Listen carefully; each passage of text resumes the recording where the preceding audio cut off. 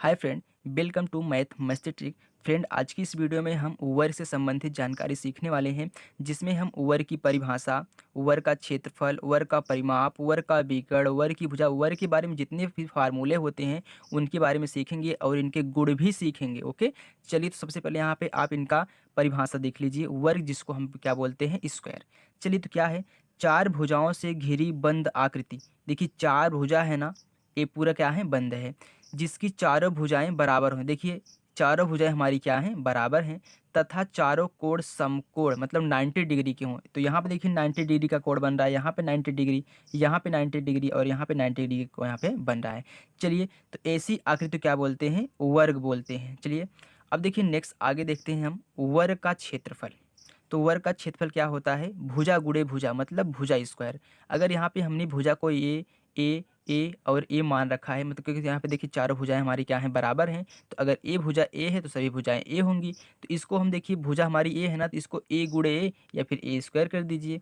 अगर आपको देखिए यहाँ पे भुजा नहीं मालूम है, आपको विकर्ण दिया हुआ है, तब आपका क्षेत्रफल पूछे तो आप यहाँ पे क्या करिए, विकर्ण का स्क्वायर कर दीजिए और बटा 2 कर दीजिए, तो आपका क्षेत्रफल आ जाएगा। अगर आपको यहाँ पे भुजा नहीं मालूम है, विकर्ण मालूम है तो।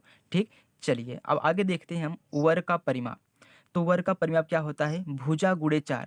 ठीक, यहाँ पे हमने 4a भी लिखा है, क्यों, क्योंकि 4 तो ए वाला 4 है और हमने यहाँ पे भुजा को ए मान रखा है, तो भुजा गुणे जो 4 है ये 4a भी हो सकता है, मतलब अगर हम यहाँ पे भुजा को ए मान रहे हैं तो। ठीक, चलिए अब देखिए वर्ग का विकर्ण। तो वर्ग का विकर्ण क्या होता है, √2 इंटू भुजा।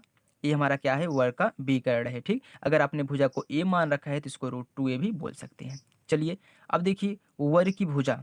अगर आपको वर्ग की भुजा ज्ञात करनी हो और आपको क्षेत्रफल दिया हो, ठीक, अगर आपको भुजा ज्ञात करनी हो और क्षेत्रफल दिया हो तो आप क्या करिए, उस क्षेत्रफल का रूट ले लीजिए।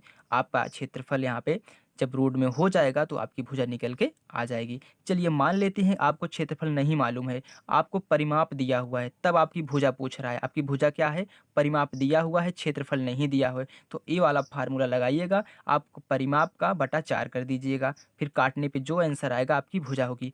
मान लेते हैं कि आपको क्षेत्रफल नहीं दिया है, आपको परिमाप नहीं दिया है, फिर भी विकर्ण दिया है, केवल आपसे भुजा पूछ रहा है, तो विकर्ण बटा √2 कर दीजिएगा, तो आपका जो आंसर है आ जाएगा भुजा निकल के। चलिए तो यहाँ पे देखिए हमने काफ़ी फार्मूले यहाँ पे देख लिए हैं। अब हम इनके गुण देख लेते हैं क्या होते हैं, क्योंकि देखिए दोस्तों यहाँ पे ये जानना ज़रूरी है, तभी हम क्वेश्चन को या फिर हमारा जो क्वेश्चन आता है उसको हल करने में हमको आसानी होगी।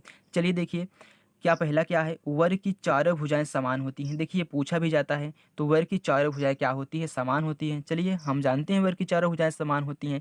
फिर देखिए दूसरा दिया है, वर्ग के चारों कोण समकोण 90 डिग्री के होते हैं। तो हमने आपको दिखाया भी कि 90 डिग्री कहाँ पर बन रहा है। चलिए तीसरा देखिए, वर्ग के दोनों विकर्ण क्या होते हैं, समान होते हैं। तो यहाँ पे देखिए हमने विकर्ण को नहीं दर्शाया है।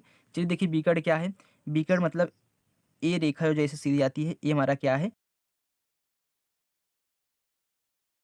क्या है, दोनों विकर्ण हैं और दोनों विकर्ण क्या होते हैं, समान होते हैं। चलिए अब देखिए आगे क्या दिया है, चौथा था यहाँ पे हमारा, तीसरा था। चौथा देखिए, वर्ग के दोनों विकर्ण एक दूसरे को समकोण पर समद्विभाजित करते हैं। देखिए जो यहाँ पे क्रॉस बन रहा था, जैसे यहाँ पे हम बना रहे हैं छोटा सा, इससे हम यहाँ पे एक वर्ग बना दिए। ये क्या है, विकर्ण है ना, अरे यहाँ पे था ना, विकर्ण है, तो यहाँ पे देखिए 90 डिग्री के कोण यहाँ पे आपको बनाएंगे। चलिए वहीं भी बोल रहा है।